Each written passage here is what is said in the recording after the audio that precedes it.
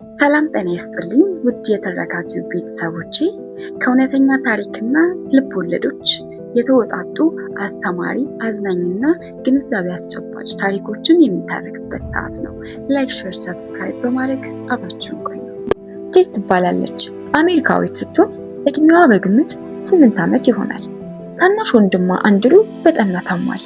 ቴስ አንድ ቀን ማታ ክፍሏ በተቀመጠችበት አባትና እናቷ ታናሽ ወንድሟ አንድሪው ህመሙ እየከፋ እንደሆነና ኦፕራሲዮን የግድ እንደሚያስፈልገው ለሱ ከፍተኛ ብር እንደሚያስፈልግ ይህንንም ብር ለመክፈል እንደማይችሉ የሚያበደራቸው አንድም ሰው እንዳጡና ቤታቸውን ሸጠው አፓርታማ ተከራይተው ከሚቀጥለው ወር ጀምሮ እንደሚወጡ አባቷ ለእናቷ ሲነግራት እናት እያለቀሰች አባትም ከአሁን በኋላ ልጃችን ታምር ነው የሚያተርፈው እያለ ሲያለቅስ ትሰማለች።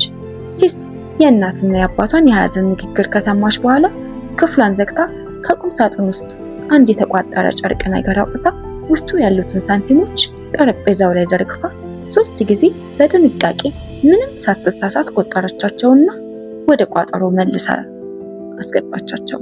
ቴስ ትንሽ ካሰበች በኋላ በጓሮ በር ወጥታ ከቤቷ 6 ቂያስ ርቆ ወዳለ ፋርማሲ ደረሰች።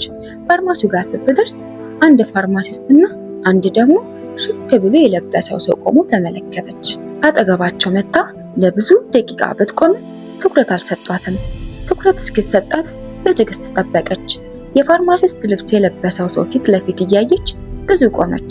ሰውየው ግን ሌሎቹን ሰዎች ብቻ ነው የሚያወራው። ትኩረት ለመሳብ ተንጠራራለች። አፍንጫዋን እየሳበች ትኩረትን ለመሳብ ሞከረች። ነገር ግን ሊያያት አልቻለም። ከዚያም ቋጠሮውን አንስታ ፊት ለፊቱ ባለው ጠረጴዛ ላይ አስቀመጠችው። ቋጠሮውን ስታስቀምጥ የተፈጠረው ጩኸት ፋርማሲ ውስጥ ያሉትን ሰዎች ሁሉ ረበሻቸው። ፋርማሲስቱም ምን ፈልገሽ ነው ወይዘሪት ብሎ ምላሿን ሳይጠብቅ በልጅነቴ ያየሁትን ወንድሜን ዛሬ ከቺካጎ መጥቶ በናፍቆት እያወራሁት እኮ ነው፣ ለምን ትረብሽኛለሽ ብሎ ፈገግ እንዳለ አፍጥጦባት ምላሿን ሳይጠብቅ ምን ፈልገሽ ነው አለ በድጋሚ። ቴስ ድምጿን ጮክ አድርጋ እኔ ደግሞ ስላንተ ወንድም ሳይሆን ስለኔ ወንድም ነው ማውራት የምፈልገው፣ ወንድሜ በጣም ታሟል፣ ታምር መግዛት ፈልጋለሁ አለችው። ለማመን የሚከብድ ነው አለ ፋርማሲስቱ። ቴስ የፋርማሲስቱን ምላሽ ሳትጠብቅ ወንድሜ ስሙ አንድሪው ነው፣ ጭንቅላቱ ውስጥ እያደገ ያለ መጥፎ ነገር አለ አባቴ፣ ታምር ብቻ ነው የሚያድነው ብለዋል፣ መግዛት እፈልጋለሁ፣ ስንት ነው አለችው። ከፋርማሲስቱ አጠገብ ቆሞ የነበረው ሽክ ብሎ የለበሰው ሰውዬ ወንድምሽ ምን አይነት ታምር ነው የሚያስፈልገው አላት። አላውቅም አለች ቴስ አይኗ እየተቁለጨለጨ። የማውቀው በጣም መታመሙንና ኦፕራሲዮን እንደሚያስፈልገውና አባቴ ደግሞ የኦፕራሲዮን ምንም ብር እንደሌለውና እኔ ደግሞ በእኔ ብር ልገዛለት ፈልጌ ነው አለች። ስንት ብር አለሽ አላት ከቺካጎ የመጣው ሰው። $1 ከ11 ሳንቲም ብቻ ነው ያለኝ፣ ሌላ ብር ካስፈለገ ግን አመጣለሁ አለች። ምን አይነት ግጥም ጥሞሽ ነው ባክሽ?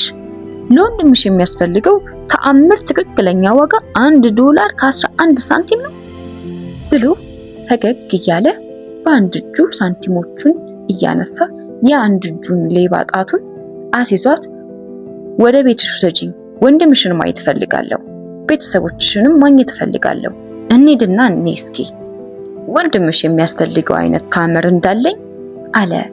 ቴስ ያገኘችውን ሽክ ብሎ የለበሰውን ሰውዬ የፋርማሲስቱ ወንድም ዶክተር ከርልተን አርምስትሮንግ ነበር።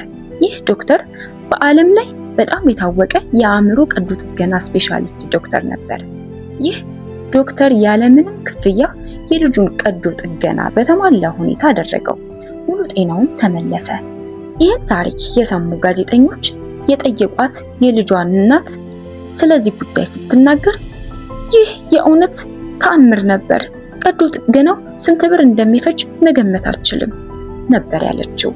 ሕፃኗ ቴስ ግን ፈገግ ብላ የታምር ዋጋው $1 ከ11 ሳንቲም ነው ትላለች። ብዙዎቻችን ሰዎችን መርዳት እንፈልጋለን፣ ነገር ግን ለመርዳት የምንፈልገው ሰው እንዲያወራልን ነው። አደረገ፣ ሰጠ ለመባል ብቻ ነው የምንፈልገው። ስንረዳ ስናግዝ ምን አገኛለሁ? ትርፊ ምንድነው ብቻ ነው። ሁሉ ነገራችን ለንግድ ብቻ ነው። በንጹህ ብራችን ተአምር ለመግዛት እንሞክር።